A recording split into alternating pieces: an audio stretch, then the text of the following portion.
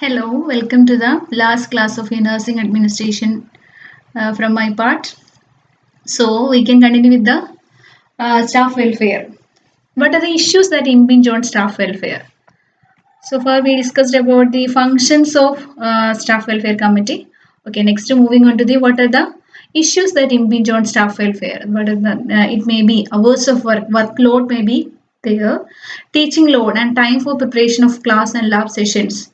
If a single teacher is assigned for both the lab charges as well as she has to arrange all the theory classes, it would be very difficult for them. And the residents, if there is no facilities for the hostel facility is not available for the teacher, like that. And leave, if they are not getting adequate leave, and sickness, it cannot be considered from the management, and having problems with attendance, and about the staff development programs containing education, in-service education, pay and allowances. If they are not getting adequate increments, promotional opportunities are not there, career development, accommodation, and transport facilities. So these are the issues we can discuss in detail regarding all those things. First one, hours of work. Direction should be given on maximum number of hours to be worked per week, the number of days per month, procedures to be followed regarding public holidays, hours to be worked on evening and night duty. So these are the points while keep in mind regarding hours of work. A written policy should be there regarding maximum number of hours to be worked per week. I think it's 20 hours. And the number of days per month, and procedures to be regarding public holidays. If they are working in public holidays, they get another day as holiday. Or what about the policy?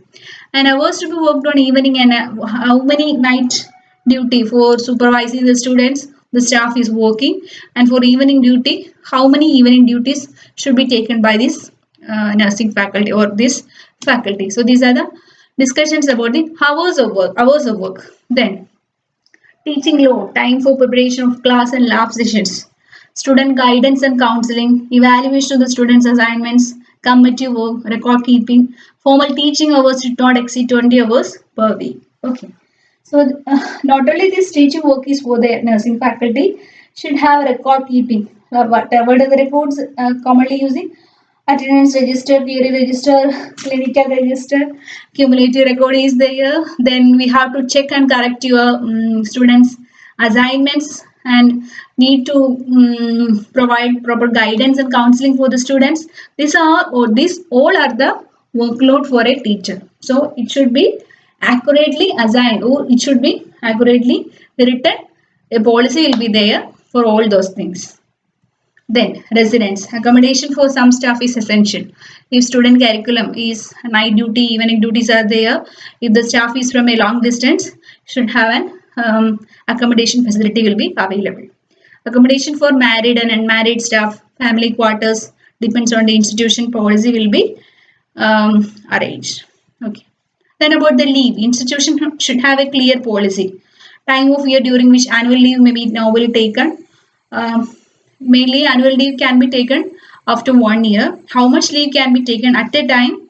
And what about the sick leave? Purpose for which the casual or special leaves may be granted. Provision for the maternity leave, who are eligible for this maternity leave after 1 year, 2 year, like that. Okay. Should have a clear-cut policies or regarding all those things. Then sickness. Policy should include the clarifications about who will be responsible for the medical treatment, and whether a faculty is getting sick. We have a what to say, we have a medical team will be there, or we have a doctor for the faculty, we have to go and meet him. The kind of accommodation that will be given, private, semi-private, or general ward. If the faculty is need to be admitted, what type of accommodation is provided from the institution, private room, semi-private, or general ward. Financial responsibility to be borne by the staff member, like that. What are the some written policies will be there. About the attendance at conferences, study courses, policies regarding selection and deputation of the staff for further education, including attendance at formal courses, refresher courses, workshops, and conferences. If the faculty is going to attend a workshop or conferences, we have this In our Kerala registration, we have to add all those things. How many hours we are going for workshops. CNA hours credited registration. For our registration, CNA credited hours are added. Okay. Then this may depend upon the educational qualification, years of experience, any mandatory period of work after return from the study. Some bond is in some institutions they are providing some bond. Just after studying, they have to work there for 1 year, 2 year like that. Rotation of staff and numbers who may attend at one time. Periodic compulsory refresher courses for particular grades of staff.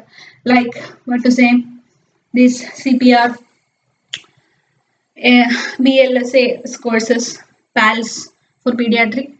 We have to compulsory refresher just 5 years late, like that. Okay. Periodic compulsory refresher courses are also allowed. Then continuing education and in-service education. You already learned about this education programs like continuing education. What is the difference between these two?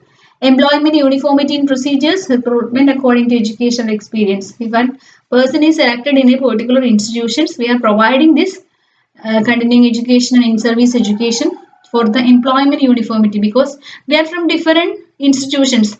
They are practicing in different institutions. They are passed out, learned from different institutions in different ways. But in our institution, they should provide in single way, single manner. That's why employment uniformity. Then job description should be provided. Working hours 40 hours per week. Extra working hours to be compensated either by leave or extra emoluments. Weekly off and gazetted holidays we can provide if they are working for more hours. The hostlers are there. We are hiring them immediately. So if they are working more hours than this day scholars, we have to provide other extra emoluments or weekly off or gazetted holidays for them. Okay. Then workload and facilities, CSSD, central linen and drug supply system, policies for the breakage and losses to be developed and nurses not to be made responsible for breakage and losses. So there should have been some written criteria regarding all those things. Then about the pay and allowances, uniformity of pay scales. There should not have been any partiality. Special allowances for the uniforms. Some institution hospitals are providing washing facilities and mess like that. Okay. Then promotional opportunities, merit come seniority will be provided. Open selection for the next post. Promotional opportunities from the staff nurse. They are directly hiring with their experience in the same institution. They are hiring for the supervisor post like that. That is open selection.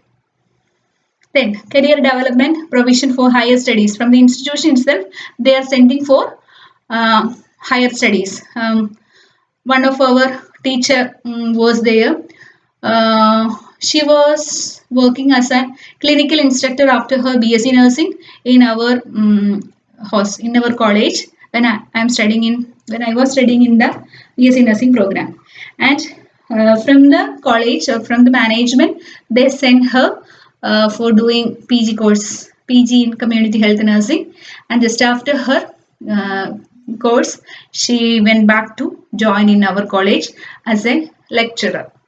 So they are providing some higher studies. They are paid for the student, and she has to work for minimum 2 years in the same institution like that.